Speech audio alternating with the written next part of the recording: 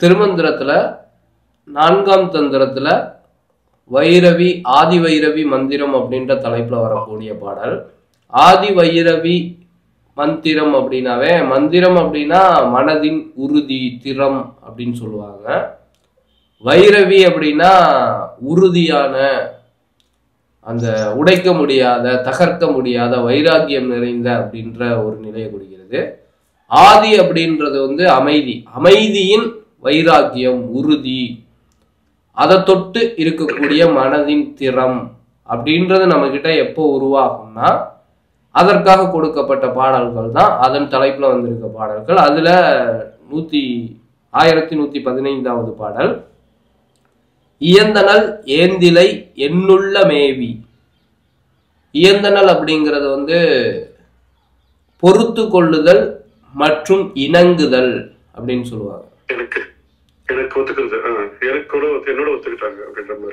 இப்ப நாம என்ன நிகழ்வுகள் நிகழ்த்திக்கிட்டு எப்படிப்பட்ட வாழ்க்கை வாழ்ந்துகிட்டு இருந்தாலும் இந்த இயற்கை சக்தியானது, குண்டலினி சக்தியானது, இந்த பிரபஞ்ச இயக்கமானது அதை பொறுத்துக்கிட்டு நம்மளை இணக்கமாவே வச்சிருக்கு, அதோட இணைச்சு. ஏந்திலை அப்படின்னா பெண்ணுன்னு அர்த்தம். இங்க இருக்கக்கூடிய இருப்பு அப்படின்றது தந்தையா சொல்லப்படுவாங்க, ஆனா சொல்லுவாங்க, பரமாத்மாவா சொல்லுவாங்க. பெண் அப்படின்றது இருக்கக்கூடிய இயக்கங்கள் அனைத்தையும் குறிக்கக்கூடியது, ஒளி நிலைய ஒளி பிளம்ப குறிக்கக்கூடியது. ஸோ நம்ம கிட்ட இருக்கக்கூடிய இயற்கை இயக்கமானது நாம என்ன செஞ்சாலும் அதன் இயக்கத்துல தன்னை இணைச்சு நம்மளை பாதுகாத்துக்கிட்டு இருக்கு. அது என்னுள்ள மேவி. இப்ப நம்ம உடல்ல வந்து கோடிக்கணக்கான இயக்கங்கள், நாம ரசிச்சு ருசிச்சு சாப்பிட்டாலும் அந்த சாப்பாட்டை உடல்ல 7 தாதுக்களா மாத்தி உடலுக்கு சக்தியாகவும் உடல் கழிவுகளை அழகா வெளியேற்றி நாம இந்த இன்பமயமான வாழ்க்கை வாழக்கூடிய அந்த செயல்கள் எல்லாத்தையும் தானா செஞ்சுக்கிட்டு இருக்கு. ஆனா அது நம்ம மனசுக்கு புலப்படலை, புரியல. நாம இதுக்கு ஒத்துழைப்பு கொடுக்குறோமானா கிடையாது, உதவி பண்றோமானா கிடையாது, உபத்திரம் பண்றோம். அப்ப மூச்சு காற்ற 4ஆம் தந்திரம் அப்படின்னாவே நாம வந்து மூச்சு காத்தோட இணைஞ்சு பயணப்படக்கூடிய ஒரு பயிற்சி தான். ஸோ மூச்சு காத்தை கவனிக்கும் போது உடல்ல நடக்கக்கூடிய இயக்கங்கள் எல்லாத்துக்கும் தலையாய இயக்கமா காற்று இருக்கிறதுனால இந்த மனமானது அந்த இயக்கங்கள் அனைத்தையும் உணர ஆரம்பிக்கும். நம்ம உள்ளத்தை வந்து அதை ஆட்கொள்ளும், நமக்கிட்ட இணக்கமாகும், நமக்கு அது எல்லாமே புலப்படும், புரியும், உணர்தலுக்கு வரும். அப்படின்றதுதான் இயந்தனல் ஏந்திலை என்னுள்ள மேவி அப்படின்னு சொல்றாங்க. நயந்தனல் அங்கே நமச்சிவ என்னும். இது போக போக பழக பழக மூச்சு காற்றிலேயே நாம கவனம் வச்சு நீடிக்க நீடிக்க உணர்வுகள் எல்லாமே உள்ள இருக்கக்கூடிய இயக்கங்கள் அனைத்திலையும் ஒன்றி நயந்து அங்கே நமச்சிவ என்னும்.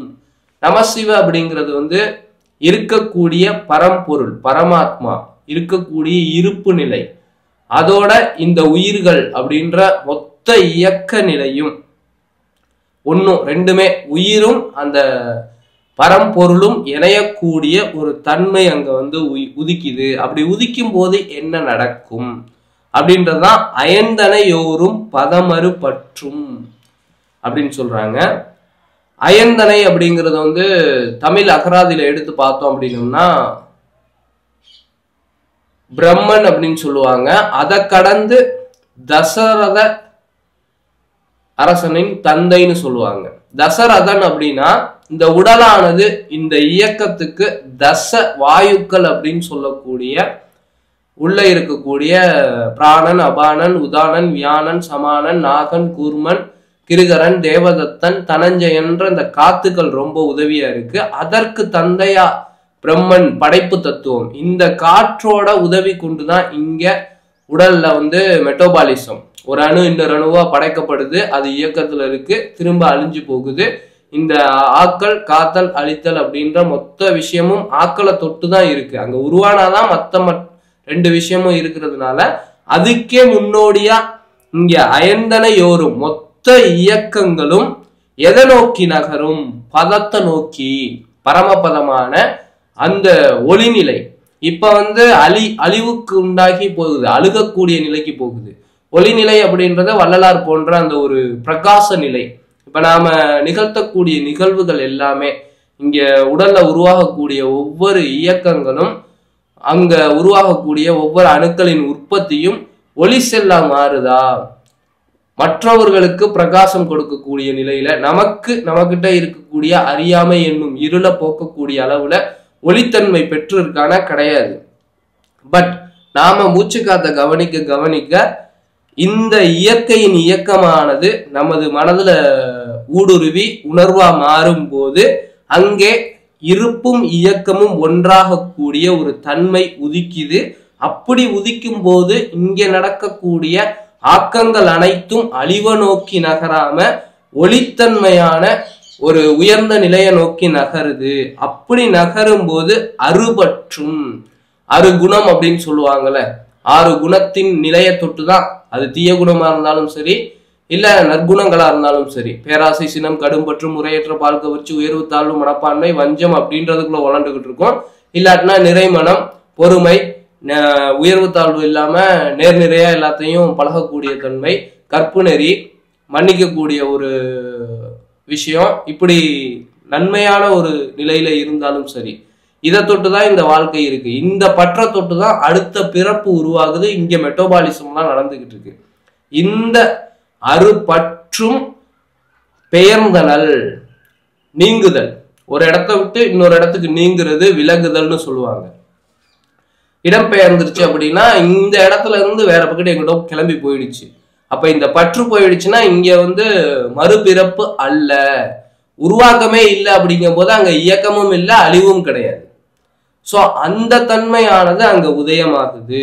அறுபற்றும் பெயர்ந்தனல் மற்றும் பிதற்றுத்தாளே, அதோட நம்மளுடைய அந்த பிதற்றக்கூடிய பேச்சு தன்மையும் விலகி போகுது. அந்த மூடுவாய் அப்படின்னு சொல்லுவாரு போகரு, சொல்லற சும்மா இருன்னு சொல்லுவாரு அருணகிரி. ஆனா நம்மளால இருக்க முடியுமான்னு கேட்டீங்கன்னா இருக்க முடியாது. நாம தியானம் பண்ண பண்ண அதோட அனுபவங்களை இங்க அளந்து கொட்டிக்கிட்டே இருப்போம். நாம அதுல ஆழமா உள்ள போறோமோ இல்லையோ இங்க அளந்து கொட்டுறதுல அதிக கவனம் செலுத்திக்கிட்டு இருப்போம். அப்படியெல்லாம் பிதற்றக்கூடிய தன்மை எல்லாமே நம்மளை விட்டு விலகி போய் முழுக்க முழுக்க இன்னும் உன்னதமா உயர்ந்த நிலைக்கு போய் அழியா நிலையை தொடக்கூடிய அந்த ஒரு ஆர்வம் அதிகமாகி பிதற்றக்கூடிய அந்த ஒரு தன்மை. பிதற்றுதல் அப்படின்னாவே இங்க ஒளி எழுப்பக்கூடியது, இயங்கக்கூடியது அப்படின்ற ஒரு கணக்கு வரும். பேசக்கூடிய தன்மைன்னு அது எல்லாமே மறைஞ்சு போய் சொல்லற சும்மா இருக்கக்கூடிய நிலையானது அங்க உருவாகும். இயக்கங்கள் அப்படின்ற அந்த ஒரு தன்மை.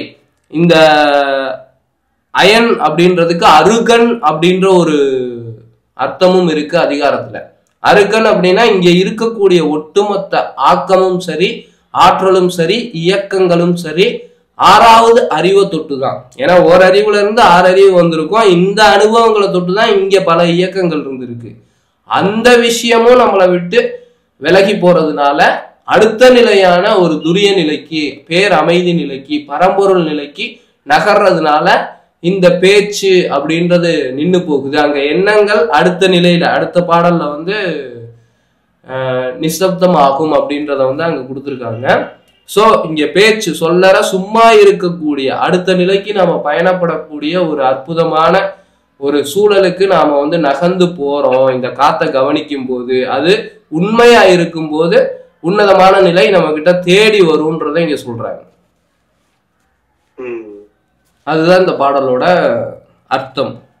இப்ப அடுத்த பாடல் அப்படிங்கிறது 1116வது பாடல். ஏன்னா இப்ப ஃபர்ஸ்ட் நாம மூச்சு காத்த கவனிக்கும் போது 6வது அந்த ஆக்கினை தொட்டு துரியத்துக்கு நகர்றதுக்கான ஒரு ப்ராசஸ் தான் இதுல சொல்லியிருக்காங்க. அங்க துரியம், அதாவது அந்த மனோன்மணியமானது எப்படி வேலை செய்யுதுன்றத அடுத்த பாடல்ல சொல்லியிருக்காங்க. அதை படிக்க. இதுக்கு முன்னாடி பாடல்ல நம்மளுடைய இயக்கங்கள் அனைத்தும் ஒளிநிலை அடையக்கூடிய ஒரு அண்டசராசரசின் சக்தி நிலையா மாறக்கூடிய அந்த சக்தி களம் அப்படின்றதுல இணையக்கூடிய ஒரு தன்மையை குறிக்குது. அந்த சக்தி களத்துல இருந்து சிவக்களமான நாத நிலைக்கு இயக்கத்தை முழுசா உணர்ந்து அது அழிவில்லாத ஒளிநிலையை பெறக்கூடிய தன்மையா இதற்கு முன்பாடல் நமக்கு அற்புதமா சொல்லியிருக்கு. இதற்கு அடுத்த பாடலான இந்த பாடல் நமக்கு ஒளிநிலையில இருந்து இன்னும் உன்னதமான ஓசை நிலை, அந்த நாத நிலைக்கு நகரக்கூடிய ஒரு தன்மை. அதாவது ஆக்கினை உணர்வு அப்படின்றது இங்க ஆர்ப்பரிக்காம அமைதியோட ஆழ்ந்த ஒரு பிரகாசத்துக்கு போகக்கூடிய தன்மை. இதற்கு முன்பாடல் அந்த ஆக்கினையை தொட்டு அது ஆழ்ந்த பிரகாசத்தையும் தொட்டு அமைதியோட ஐக்கியம் அடையக்கூடிய ஒரு தன்மையை குறிக்கிறது இந்த பாடல். 1116வது பாடல். பிதற்றி கழித்தனர் பேதை மனிதர். நார்மலா நம்ம ஆக்கினை அப்படின்ற ஒண்ணுல அடக்கம் பெறமா இல்ல ஆர்ப்பரிக்கக்கூடிய தன்மை அடைகிறோமானா இதற்கு முன்னாடி பாடல்லையே பிதற்றுத்தாளே அப்படின்ற பிதற்றி தரித்திர நிலையை அடையக்கூடிய ஒரு நிலையதான், அந்த நேரத்தை வீணடிக்கக்கூடிய ஒரு தன்மையதான், அந்த நேரத்தை கழிக்கிறோம், இங்க கடை தேறுவதற்கான தன்மை இல்லை அப்படிங்கறதான் பிதற்றி கழித்தனர் பேதை மனிதர் அப்படின்னு சொல்றாங்க. அப்ப அந்த நிலை சொல்லற சும்மா இருக்கமானா கிடையாது. ஆக்கினை உணர்ந்துட்டாவே இங்க ஞானவான் போல எல்லாத்தையும் ஆர்ப்பரிச்சு ஆராவரம் பண்ணி அள்ளி கொட்ட ஆரம்பிச்சிருவோம். பட் அமைதியா ஆழ்ந்து பயணப்படுறோமானா கிடையாது. அது துரியத்துக்கு போகணும் அப்படிங்கிறத இங்க முன்வைக்கிறாங்க. அப்படி இல்லாம நாம சொல்லற சும்மா இருக்கும்போது முயற்சியின் அப்படின்னா அந்த ஊக்கத்தோட வைராகியத்தோட முத்துவா மாறணும். இப்ப முத்து அப்படின்றது எப்படி? அமைதியா காலம் முழுக்க, காலம் நீடிக்க நீடிக்க தானே உருவாகுது. எடுத்தோன்னே முத்து உருவாகிருவான் ஒரு சிப்பிக்குள்ள. அது போல நீங்க ஆக்கினை உங்களுக்கு உணர்வுக்கு வந்துருச்சு, அந்த உணர்வோட ஒன்றி இருக்கும் அப்படின்னா நாம அந்த காலத்தை நீடிச்சு அது ஒரு முத்தா மாறுற அளவுக்கு உதிர்ந்து கொட்டக்கூடிய ஒரு தன்மைக்கு போகாம ஒரு முத்துமணி போல மாறக்கூடிய தன்மைக்கு நம்ம நீடிப்ப கொடுக்கணும், அதற்கான காலத்தை கொடுக்கணும். அப்படி கொடுக்கும்போது அந்த முதல்வியான அந்த இருப்போட இணைஞ்சிருக்கக்கூடிய நாயகியானது அந்த இயக்கத்தோட இருப்பா இருக்கக்கூடிய ஒரு நிலையை நமக்கு நல்கும், அருளும். இருக்கக்கூடிய இயக்கங்கள் எல்லாத்துலயும் நிறைஞ்சு இருக்கிறது ஒரு இருப்பு, பேர் அமைதி. அந்த நிதானத்துலதான் இந்த மொத்த நிகழ்வுகளும் நிகழ்ந்துகிட்டு இருக்கு. ஆனா நம்ம நிகழக்கூடிய நிகழ்வுகள்ல தான் நீந்தி போறோமே ஒழிய அந்த நிகழ்வுகள் நீந்தக்கூடிய நித்திரையான நிம்மதியான ஒரு நிதானத்துல இருக்கிறது இல்லை. அந்த நிதானத்துக்கு நம்ம போவோம், அதை அருளக்கூடிய தன்மை இந்த இயக்கமே நமக்கு கொடுக்கும் அப்படின்றதுதான் முயற்சியின் முத்து அருளும் முதல்வி. முத்து எப்படி அழியா நிலையத்தோடுதோ அது போல அந்த அமைதியும் நம்ம கிட்ட அழியாம இருக்கும், அந்த நிதானமும் நம்ம கிட்ட அழியாம இருக்கும். கயற்றிகள் முக்கண்ணும் கம்பளை செவ்வாய். கயற்றிகள்னா மீன் அப்படின்னு சொல்லுவாங்க. அதுக்கு இன்னொன்னு ஒளின்னு சொல்லுவாங்க, ஒளி நிந்தை அப்படின்னு சொல்லுவாங்க. இப்ப ஒளின்றது நம்ம கிட்ட எங்க இருக்கு? இந்த கண்ணு இல்லாட்டினா நமக்கு ஒளி இருக்கு. சோ இந்த கண்ணானது உயிரை குறிக்கக்கூடியது. இந்த உயிரின் இயக்கமானது முக்கண்ணா மாறி இப்ப 2 கண்ணுல தான் நம்ம பார்த்துக்கிட்டு இருக்கோம். அந்த உணர்வோட ஒன்றி அதோட உச்சி நிலையான துரியத்தோட இணையும், மனோன்மணியத்தோட இணையும். கம்பளை அப்படின்றது ஓசை அப்படின்னு சொல்லுவாங்க, ஒளின்னு சொல்லுவாங்க. அப்ப ஒளியான ஒரு தன்மை, உயிரின் ஒளியானது முக்கண்ணை தொட்டு அந்த மனோன்மணியத்தோட மகத்துவத்துல ஓசையா மாறக்கூடிய ஒரு தன்மைக்கு நகரும். அந்த ஓசையானது நம்ம கிட்ட செவ்வாய் அப்படின்றது என்ன?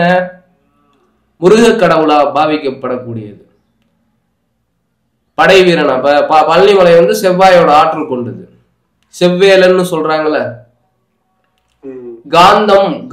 கந்த புராணம் காந்த புராணம் தான் அது.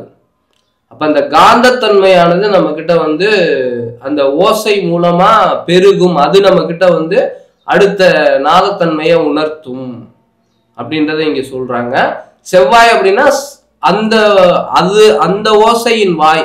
இப்ப நம்ம ஒருத்தவங்க நம்ம கிட்ட சொல்லணும்னா வாய் மூலமா தானே சொல்றாங்க. அது போல அந்த காந்தத்தின் வாயானது நம்ம கிட்ட செப்பக்கூடிய நிலைக்கு வந்துரும், ஓதக்கூடிய நிலைக்கு வந்துரும். அந்த அமைதியை உணர்வோம்.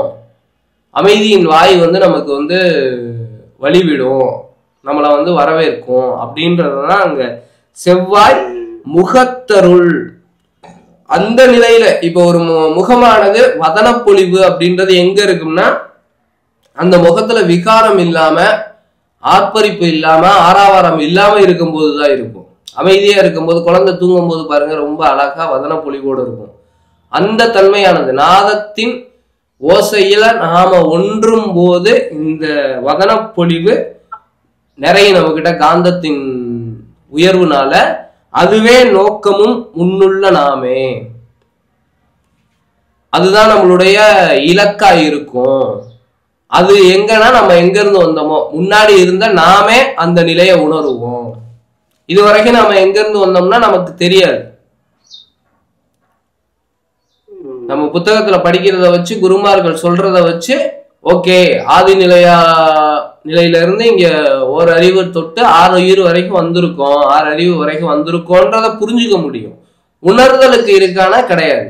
இங்க முன்னுள்ள நாமே அப்படின்னா அந்த வதன பொலிவு, அமைதியின் தன்மையா இந்த முகத்தோற்றம். இப்ப சிடுமூஞ்சின்னு சொல்றாங்க, சிரிச்ச மூஞ்சின்னு சொல்றாங்க, அமைதியான பையன்பா, அடக்கமான பையன்பான்ற அந்த ஒரு முக பொலிவு வதனமானது நம்ம கிட்ட உருவாகும் போது, உங்களுடைய அடையாளமா மாறும் போது, அதுவே உங்களுடைய இலக்காவும் நோக்கமாகவும் இருக்கும் போது, அந்த முன்னாடி இருக்கக்கூடிய உங்களுடைய பூர்வீக தன்மையான எங்க இருந்து வந்தீங்களோ, உங்களுடைய வீடு பேர் எது அப்படின்ற எல்லா பூர்வ நிலை அறிவும் உங்களுக்கு உணர்வுக்கு வரும். நீங்க யார் என்ற அந்த நான் யார் அப்படின்ற அந்த ஒரு கேள்விக்கு விடை அங்க கிடைக்கும் அப்படின்றதான் இங்க சொல்றாங்க. சோ நாம மூச்சுக்காத்த தொற்றோம் 4ஆம் தந்திரத்துல அந்த மூச்சுக்காத்த பயன்படுத்தி இருக்கக்கூடிய இயக்கங்கள்ல ஒன்றோம். இந்த இயக்கங்கள் எல்லாமே அழியக்கூடிய நிலையில இல்லாம அழகா அகல் விளக்கு போல ஒளிரக்கூடிய நிலைக்கு போகுது. அந்த ஒளி நிலையில இருந்து நாதத்தன்மைக்கு நகர்றோம். அங்க நாம நான் யார் அப்படின்ற தத்துவத்தை உணர்றோம். அப்படிங்கறதான் மூச்சுக்காற்று தொட்டு முழு நிலையை தொடுறதுக்கான பரிபூரண தன்மையை இந்த 2 பாடல் நமக்கு கொடுத்துருக்கு. பக்தியில இருந்தாலும் சரி, இல்ல ஆராவரம் பண்ணக்கூடிய இந்த இகபோக வாழ்க்கையில இருந்தாலும் சரி, ஒரு நிலையில இது ரெண்டுமே பயன்படாம அமைதி நிலைக்கு போய் தான் ஆகணும். ஆனா அங்க நோய்வாய்ப்பட்டு போகக்கூடாது. இந்த 2 நிலையில எங்க இருந்தாலும் நாம அந்த நிலையை தொடணுன்றதுக்காக தான் அதுலயும் அதற்கான வழியை கொடுத்துருக்காங்க. ஞானத்துக்குள்ளயும் அந்த அதுக்கு இடையில இருக்கக்கூடிய இந்த கிரிய நிலையிலையும் அங்க கூட்டிட்டு போறதுக்கான வழியை கொடுத்துருக்காங்க. பட் நாம என்ன செய்யறோம்னா, நம்ம மேல வைக்கக்கூடிய நம்பிக்கையை இந்த இயற்கை மேல வச்சுட்டு அது நம்மளை கூட்டிட்டு போகும். அது கூட்டிட்டு போக ரெடியா இருக்கு, நாம எந்திரிச்சு போக ரெடியா இருக்கும். நாம உட்கார்ந்து இருக்கோம், அந்த அறிவு இல்ல, அந்த பேசிக்கிட்டே இருக்கும், இங்க இருக்க இகலோகத்துல உழண்டுகிட்டே இருக்கும் அப்படின்னோம்னா இங்கதான் பற்று அதிகமாகி இங்கேதான் உழண்டுகிட்டு இருப்போமே ஒழிய அங்க போகவே மாட்டோம். இந்த செகண்ட் இந்த இடத்துல இருந்து அந்த இடத்துக்கு போக முடியும், நிம்மதி அடைய முடியும். ஆனா நம்ம அதுல நாட்டம் கொள்றதே இல்லையே. புரியும். பட் அடுத்த நிலை நாம இங்க இருக்கக்கூடிய வாழ்க்கையில உருண்டு ஓட ஆரம்பிச்சிருவோமே, அதுலதானே நாட்டம். அடுத்து ஓகே நமக்கு தெரிஞ்சிருச்சு, ஆனா தெரிஞ்ச அடுத்த நிமிஷத்துல இருந்து அதிகபட்ச நேரத்தை 24 மணி நேரத்துல எவ்வளவு நேரம் இதுக்கு நம்ம யூஸ் பண்றோம்னா கிடையாது. அதுதான் இங்க சொல்றாங்க. பிதற்றுதல், பித்து பிடித்தவர்கள் தான் பிதற்றுவார்கள். அந்த நிலையில தானே நாம இருக்கோம்.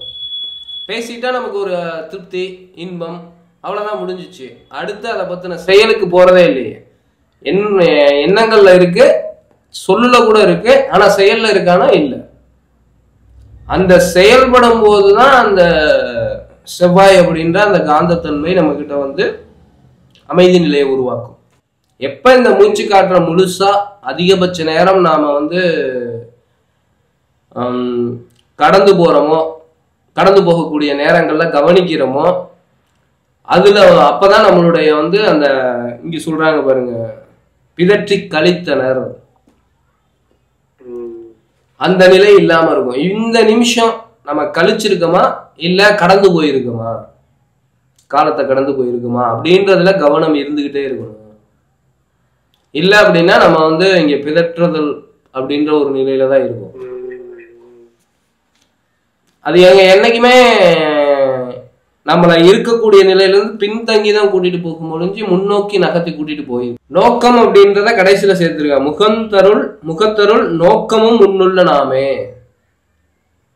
அந்த நோக்கம் நம்மளுடைய இலக்கா இருக்கும்போது இந்த ஒரு நிலை, அந்த மூச்சை கவனிக்கிறது அப்படிங்கிறது எப்ப ஆழமா ஒரு திடத்தன்மையோட தகர்க்கக்கூடிய நிலையில, உதிரக்கூடிய நிலையில இல்லாம இருக்கோ அப்பதான் நம்மளுடைய அந்த நான் யார் நிலை வந்து புரியும். புரியுறதை இங்க சொல்ல வரல, உணர்தலுக்கே கூட்டிட்டு போறாங்க. புரியுறது நமக்கு எப்பவுமே புரியும்.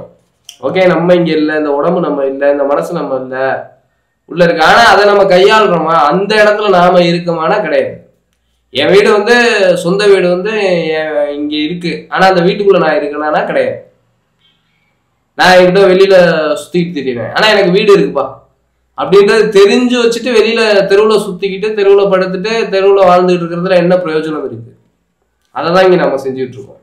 இதுல எதுவும் டவுட் இருந்ததுன்னா நீங்க கேட்கலாம். அந்த பயணத்திலேயே சில புலப்படுறது வந்து நம்மளுடைய அந்த கர்ம கணத்தை பொறுத்தும் இருக்குது இல்லையா? நம்ம என்னதான் வந்து இருந்தாலும் அதுக்கான அந்த சிலது வந்து சிலது கிடைக்க மாட்டேங்குது, சிலது பண்றோம் கிடைக்க மாட்டேங்குதுன்னு இல்லைங்க. அதுக்காக தான் அதுல இன்னொரு வார்த்தையும் சேர்த்திருக்காங்க, முயற்சி அப்படின்ற அந்த முயற்சி அப்படிங்கிறதையும் சேர்த்திருக்காங்க.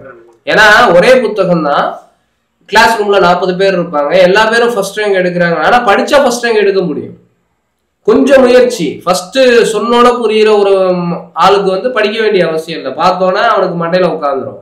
லாஸ்ட் பெஞ்சில் இருக்கிறவனுக்கு உட்காராதுன்னு இல்லை, அவன் ஒரு தடவை படிக்காம ஒரு தடவை பார்க்காம 10 தடவை படிக்கட்டும், 10 தடவை புரிஞ்சுக்க முயற்சி பண்ணட்டும், புரியாத கேள்வியா 10 தடவை கேட்கட்டும், இவனை விட அவன் அதிக மார்க் எடுப்பான். அந்த ஒரு தடவை பார்த்தவனுக்கு கூட மறந்து போறதுக்கு வாய்ப்பு இருக்கு. ஆனா 10 தடவை படிச்சவனுக்கும் அதை பத்தி 10 தடவை கேள்வி கேட்டவனுக்கும் அது சம்பந்தமா 10 பதில தெரிஞ்சுக்கிட்டவனுக்கும் அவ்வளவு சீக்கிரத்துல அது மறந்து போகாது. இங்க அந்த வேலையை தான் நம்மளுடைய கணம். இப்ப ஏத்த வீட்டுல 2 பேர் தான் இருக்காங்க, அவங்க சமைக்கிறதுக்கு ஒரு அரை மணி நேரம் போதும் 2 பேர் சாப்பிட்றதுக்கு. நம்ம வீட்டுல 6 பேர் இருக்காங்க, அதே டயத்துல அதே அரிசியில அதே தண்ணியில நம்ம சமைக்க முடியுமா? நம்மளுடைய குடும்ப சூழலுக்கு தகுந்த மாட்டோம், இன்னும் கொஞ்சம் நேரம் எக்ஸ்ட்ரா கொடுக்கணும், இன்னும் கொஞ்சம் பொருள் கொடுத்துதான் ஆகணும். அதுதான் கர்மம். இத வந்து கனமா நினைக்க கூடாது. நம்மளுடைய இங்க நிலைமை என்னவோ அதுக்கு தகுந்தாற் போல இங்க ஒர்க் போடணும். இப்ப என் வேலையை நீங்க பார்க்க முடியுமா? உங்க வேலையை நான் பார்க்க முடியுமா? நீங்க இருக்க பொசிஷனுக்கு நீங்க பார்க்க வேண்டிய வேலையை பார்த்துதான் ஆகணும். அததான் இங்க வந்து நம்ம அண்டர்ஸ்டாண்ட் பண்ணிக்கணும். நமக்கு வேணுங்கிறது என்னவோ அதுக்கு தகுந்த உழைப்பை கொடுத்துதானே ஆகணும். நான் இதை எதுக்காக இவ்வளவு தூரத்துக்கு சொல்றேன்னா, ஆண்டவன் எல்லா விஷயத்தையும் எனக்கு முன்னாடியே கொடுக்குறான். அதாவது வாழும் காலத்துல 20 வயசு வரைக்கும் 40 வயசுல கிடைக்க வேண்டிய எல்லாத்தையும் கொடுத்துட்டான். அந்த அனுபவமானது என்னை இங்க கொண்டு வந்துச்சு. இங்க எனக்குள்ள முதுமை அப்படின்றது ஒரு 60 வயசுல வரக்கூடிய எல்லா விஷயத்தையும் இப்ப எனக்கு கொடுத்துக்கிட்டு இருக்கான். 60-80 வயசுக்கு மேல வரக்கூடிய விஷயங்கள் கொடுக்கும் போதுதான் அந்த உடலோட மனதோட முக்கியத்துவம் தெரியுது. அப்ப இது இருக்கும்போது இதை எதுக்கு பயன்படுத்தணும் அப்படின்றது. ஏன்னா எந்த காலத்திலேயாவது உங்களுடைய உடலானது உங்களுக்கு உதவாம போகக்கூடிய தன்மை வரும். அது வராதுன்னு யாருனாலையும் சொல்ல முடியாது. அன்னைக்கு இந்த உடலை பாதுகாக்கவும் முடியாது, பராமரிக்கவும் முடியாது, பக்குவப்படுத்தி நம்ம பயணப்படவும் முடியாது போக வேண்டிய இடத்துக்கு. அப்ப இது பாதுகாக்கப்படும் போது, அந்த இயற்கையினால இறைவனால பராமரிக்கப்படும் போதே இதை பயன்படுத்தி பயணப்படக்கூடிய இடத்துக்கு பயணப்பட்டு போயிடணும். கொரோனால லாக்டவுன் போட்டதுக்கு அப்புறம் ஐயோ நான் தெருவில் தெரியுறேனே, என் வீட்டுக்கு போகணுமே அப்படின்னு என்னதான் நம்ம முயற்சி பண்ணாலும் முடியாது. நமக்கு காலங்கள் ரொம்ப கம்மி.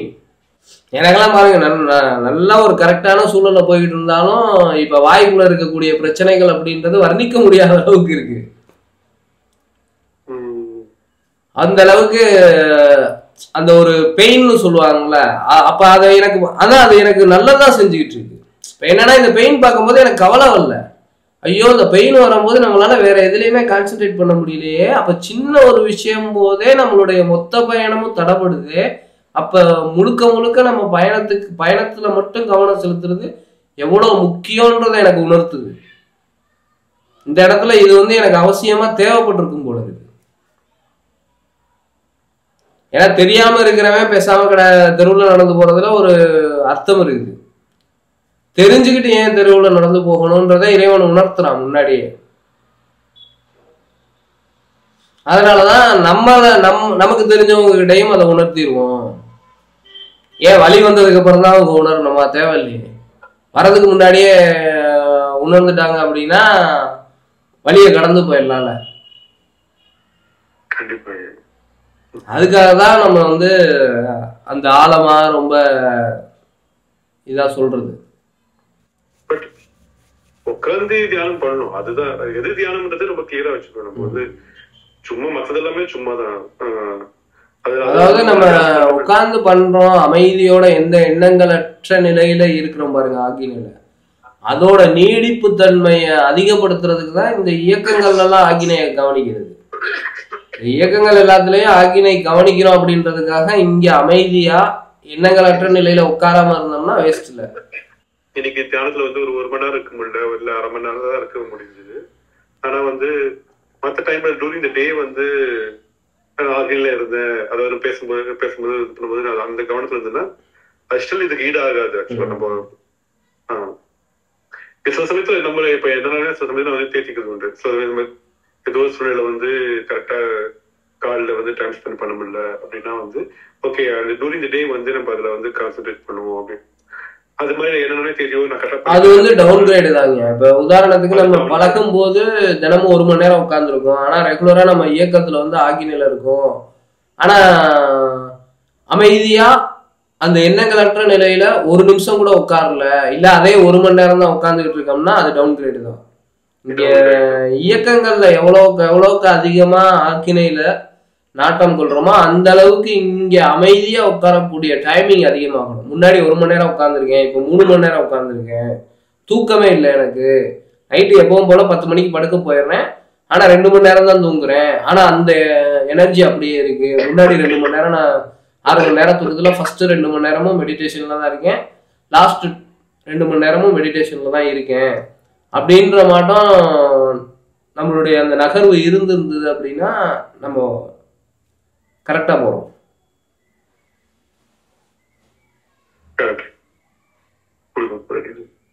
அந்த தெளிவு வேணும், நீங்க சொல்றது இருக்கு. அதுதான் மிஸ் பண்றோம் நம்ம. அது இருக்கும்போதுதான் நம்ம அந்த தசரதனின் பிரம்மன் அப்படின்னா பிரம்மன் யாருன்னா தசரதனோட தந்தைன்னு வரும். அப்ப அந்த தசரதர்கள் நம்ம உடம்புல இருக்கக்கூடிய தசவாயுக்கள் நமக்கு உதவி பண்ணுதா, ஊக்கம் கொடுக்குதா அப்படின்னா கிடையல. இல்ல, நம்மள டயர்ட் ஆகுது, இன்னும் நம்ம சரியான பாதையில, ஏன்னா தசவாயுக்களோட தன்மை தான் நம்மள அறிவு நிலையில அந்த நுண்மான் நுழைப்புலன் அறிவை கொடுக்கக்கூடியது. அது நம்ம கிட்ட இல்ல, அதை இழக்க வைக்குது அப்படின்னா நம்ம ராங் ரூட்ல போயிட்டு இருக்கோம். எது தியானத்துல இருக்கிறது வந்து அதுக்கு கரெக்டா சொல்லணும், நம்ம தான் வந்து அதுக்கு வந்து இன்ஸ்ட்ரக்ஷன் கொடுக்கணும்.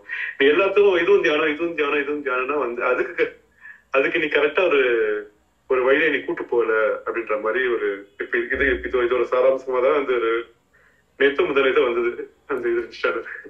ஆக்சுவலா பாத்தீங்கன்னா இந்த பிதற்றுதல் அப்படின்ற ஒரு விஷயத்தமே அதுதாங்க குறிக்குது. ஏன்னா பேச்சுக்கு அப்புறம் தான் செயல், எண்ணம் சொல் செயல் தான். பேச்சே இல்லாம இருக்கிறது தான் தியானம், இயக்கமற்ற நிலை. அப்படிங்கும் போது இங்க இயங்குறது, இப்ப ஹைக்கிங் போறோம், இல்லைன்னா ஒரு வேலை பார்க்குறோம், இல்லைன்னா ஜாக்கிங் போயிட்டு இருக்கோம், இல்லைன்னா கார் ஓட்டிக்கிட்டு இருக்கோம், இல்லை புத்தகம் படிச்சுக்கிட்டு இருக்கேன், இல்லை பேசிக்கிட்டு இருக்கேன், நடனம் ஆடிக்கிட்டு இருக்கேன், இப்படி எதுவா இருந்தாலும் அது செயல். அப்ப அதுல வந்து இயக்கமற்ற நிலைன்னு இல்லைல்ல, இயங்கிட்டு இருக்கக்கூடிய நிலையில இயக்கமற்ற நிலை எப்படி இருக்கும்? இயக்கமற்ற நிலையில இருக்கிற மாட்டோம் நம்ம ஒரு இமேஜினேஷன், ஜஸ்ட் அந்த இயக்கத்துல கான்சியஸா இருக்கும், அவ்வளவுதான். அதுல ஒரு அறிவு இருக்குல்ல, அந்த அறிவோட ஒன்றி இருக்கும். பட் அமைதி அப்படிங்கும் போதே இங்க சொல்லே இல்லைங்கும் போது செயலும் இல்லாம இருக்கிறது. ஆனா இங்க எல்லாமே இங்க எல்லாம் ஒரு இயக்க சக்தியா தான் எல்லாமே ஒரு பெண் செய்யக்கூடிய அந்த இயக்கத்தை தான் நம்ம சொல்லியிருக்காங்க இல்லையா? இப்ப பெண் அப்படிங்கறது ஏந்திழை ஆகட்டும், அதாவது நம்ம வந்து ஏந்திழை அப்படிங்கறத வந்து ஃபர்ஸ்ட் பாடல்ல தான் நம்ம கொடுத்துருக்காங்க. செகண்ட்லயே கம்பளை அப்படின்ற ஒண்ணு கொடுத்துருக்காங்க. கம்பளை அப்படின்றத எடுத்துட்டீங்கன்னா ஒலி ஓசையை சொல்லிது, அங்கே நாதனா மாறிடுறாங்க. அப்ப இருக்கக்கூடிய இயக்கம் வந்து நம்மளுடைய இயல்புக்கு மாறா அந்த இணக்கத்துல இல்லாம இருக்கு, அது ஃபர்ஸ்ட் இணக்கமாகணும். அப்படி இணக்கமாகும் போது இயக்கங்கள் எல்லாம் நம்மளுடைய உணர்வுக்கு வரும். அந்த உணர்வுல இயக்கங்கள் அழிவை நோக்கி கழியாம கடை தேரக்கூடிய ஒளி நிலையை தொடுது. அந்த ஒளி நிலையில இருந்து ஓசை நிலைக்கு போகுது, நாத நிலைக்கு போகுது. அப்படிங்கிறது தான் அந்த கான்செப்ட். ஸோ அந்த கான்சியஸ்ல தான் நம்ம பயணப்படணும். இங்க நாம எந்த இயக்கத்துல இருக்கோம் அப்படின்னம்னா இயல்புக்கு முரண்பாடான இயக்கத்துல இருக்கும். இந்த இயற்கை இயக்கங்களுக்கு இணக்கமா நம்ம இல்லைல்ல, நம்ம மனசுக்குள்ள வந்து அந்த இயற்கையின் இயக்கத்துக்கு உதவி செய்யற மாட்டோம். இங்க இயக்கங்களை இயக்கிக்கிட்டு இருக்கோமானா கிடையாது. அப்ப நம்ம அந்த பாடலுக்கே வரல, நம்ம அதுக்கும் முன்னாடி இருக்கோம்.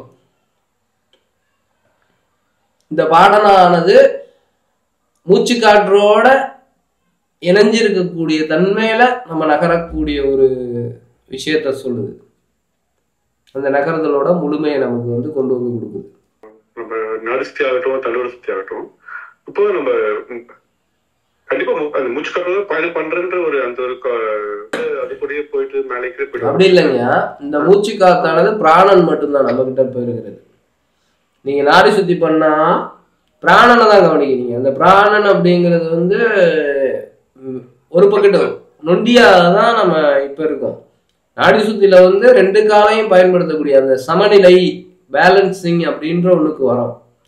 அதை தொட்டு நம்ம அதை உணரக்கூடிய அறியக்கூடிய 6வது அறிவை ஆக்டிவேட் பண்ணி தண்டுவட சுத்திக்கு போறோம். தண்டுவட சுத்தி அப்படின்றது இந்த பிராணன் கிடையாது. நம்மளுடைய நுரையீரலோட இந்த பிராணனோட வேலை முடிஞ்சிச்சு. அதுக்கப்புறம் அதோட அந்த அறைகள் எத்தனையோ அறைகள் சொல்லுவாங்க, சின்ன சின்ன பை, அதை தொட்டு உள்ளுக்குள்ள மாறக்கூடிய அந்த தசவாயுக்கள்ல மற்ற வாயுக்கள்ல சுழுமுனையில ஓடக்கூடிய தனஞ்சயன் அப்படிங்கிற அந்த சமநிலையான வாயுவை அங்க உணர்வுக்கு போறது. இதை தொட்டு அப்படியே அந்த பயணத்துக்கு போய் பயன்படுறது. மூச்சு காத்த உணர்றோம்னா இந்த இழுத்து விடுறது மட்டும் இல்லை, இந்த இழுக்கிறது விடுறது எது. இப்ப இழுத்தோன விடுறோம்னா கிடையாது. இழுத்தது உள்ளுக்குள்ள போய் பல வேலைகள் செஞ்சு கழிவா வெளியில வர்றது எது, அங்க கடை தேறுவதற்காக ஃபில்டர் ஆகி உள்ளுக்குள்ள இருக்கிறது எது அப்படின்றதெல்லாம் நமக்கு உணர்வுக்கு வரும். தண்ணி ஒண்ணு குடிக்கும் போது காலையில வெறும் வயிற்றுல குடிச்சோம்னா அடி வயிற்றுக்கு போற வரையும் உணர்றோம்ல. அது மட்டும் அந்த காத்து உள்ள போய் எப்படி வேலை செய்யுது, அபானன் எப்படி வேலை செய்யுது, வியானன் எப்படி வேலை செய்யுது, 5 தான் வேலை. 5 ஓட்டங்களுக்கு 5 தான் வேலை செய்யும். அதுக்கு துணை புரியக்கூடிய 5 இருக்கு. அதுதான் மொத்தம் 10 நமக்கு தசவாயுகளா சொல்றது. ஸோ அந்த சமானன் அப்படின்றதுதான் நமக்கு வந்து சமநிலையான அக்னிக்கலை. அதுல தனஞ்சயன் ஆற்றல் நிலை. ஸோ இது எல்லாமே நம்ம உணர்வுக்கு இருக்கா அப்படிங்கிறத நம்ம இப்போ தண்ணியா குடிக்கிறோம், அது ரத்தமா மாறுற மொத்த இயக்கமும் நம்ம உடம்புக்குள்ளதான் நடக்குது. இப்போ இந்த இடத்துல இருந்து ஒரு சின்ன சொட்டு தண்ணி அப்படி விட்டேன்னா இங்க வரைக்கும் ஓடுறது நமக்கு உணர்வுக்கு இருக்குல்ல, இறங்கி வர்றது. அப்போ புறத்துல ஓடுறது உணர்வுல இருக்கும்போது உள்ள அகத்துக்குள்ள போறது வந்து உணர்வுக்கு ஏன் இல்லை, அப்போ உள்ளுக்குள்ள நாம இல்லை. ஸோ உள்ளுக்குள்ள பெரும் பயணம் இருக்கு. அந்த அமைதியா நீங்க இருக்க இப்போ உதாரணத்துக்கு நீங்க 4 மணிக்கு எந்திரிச்சு தியானம் பண்ணிட்டு இருக்கும் போது பேர் அமைதியோட இணைஞ்சிருக்கும் போது உடம்புக்குள்ள வந்து இறைச்சல் பயங்கரமா இருக்கும். உங்களால அமைதியை உணர முடியாது.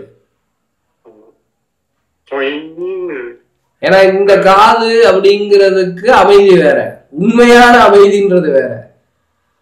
உள்ள இருக்கக்கூடிய உணர்வுகள் வந்து அவங்க ரத்த ஓட்டம் நமக்கு ஒரு மாட்டம் இருக்கும், வண்டு சத்த மாட்டம், அந்த மொத்த பிரபஞ்சத்தோட இறைச்சல் ஒரு மாதிரி அப்படியே உங்களுக்கு பெரிய ஒரு இதுக்குள்ளதான் மாட்டியிருப்பீங்க. அதை தாண்டி நீங்க வியாபிக்கும் போதுதான் அந்த பேரமைதியை உங்களால உணரவே முடியும். கம்முன்னு இருக்கும். அப்ப இந்த இறைச்சல்லாம் எங்க இருந்து வருது, எதனால வருது அப்படின்றதெல்லாம் இப்ப நாய் ஒண்ணு குலைக்குது நடந்து போகும்போது திரும்பி பார்த்தா ஓகே நாய் வாய்க்குள்ள இருந்துதான் அந்த சவுண்டு வருது அப்படின்றது நமக்கு தெரியுது. அப்ப உடம்புக்குள்ள ஒரு சவுண்டு வருதுன்னா அது எதன் இயக்கத்துல அப்படின்றதெல்லாம் புலப்படும். இந்த நுண்மான் நுழைப்புலன் அறிவு அப்படிங்கிறது ஒட்டுமொத்த அறிவையும் உங்களுக்கு புலப்படுத்தும். பட் அதுல ஆராய்வுன்றது இல்லாம அமைதியோட நீங்க நகர்ந்து போய்கிட்டே இருப்பீங்க. அது நம்ம இப்ப பண்றது பயணமே கிடையாது. அந்த பயணத்துல உட்காந்துட்டோம்னா அவ்வளவு சீக்கிரத்துல நம்ம எந்திரிக்க மாட்டோம், எழுப்பவும் முடியாது யாருனாலையும். அவ்வளோ இன்ட்ரெஸ்டிங்கா அந்த உணர்வோட போகும்போது புரிஞ்சுக்கிறது வேற, இமேஜினேஷன். அது உணர்றது அப்படிங்கிறது வந்து பார்க்கறது கேட்கறது போல டைரக்டா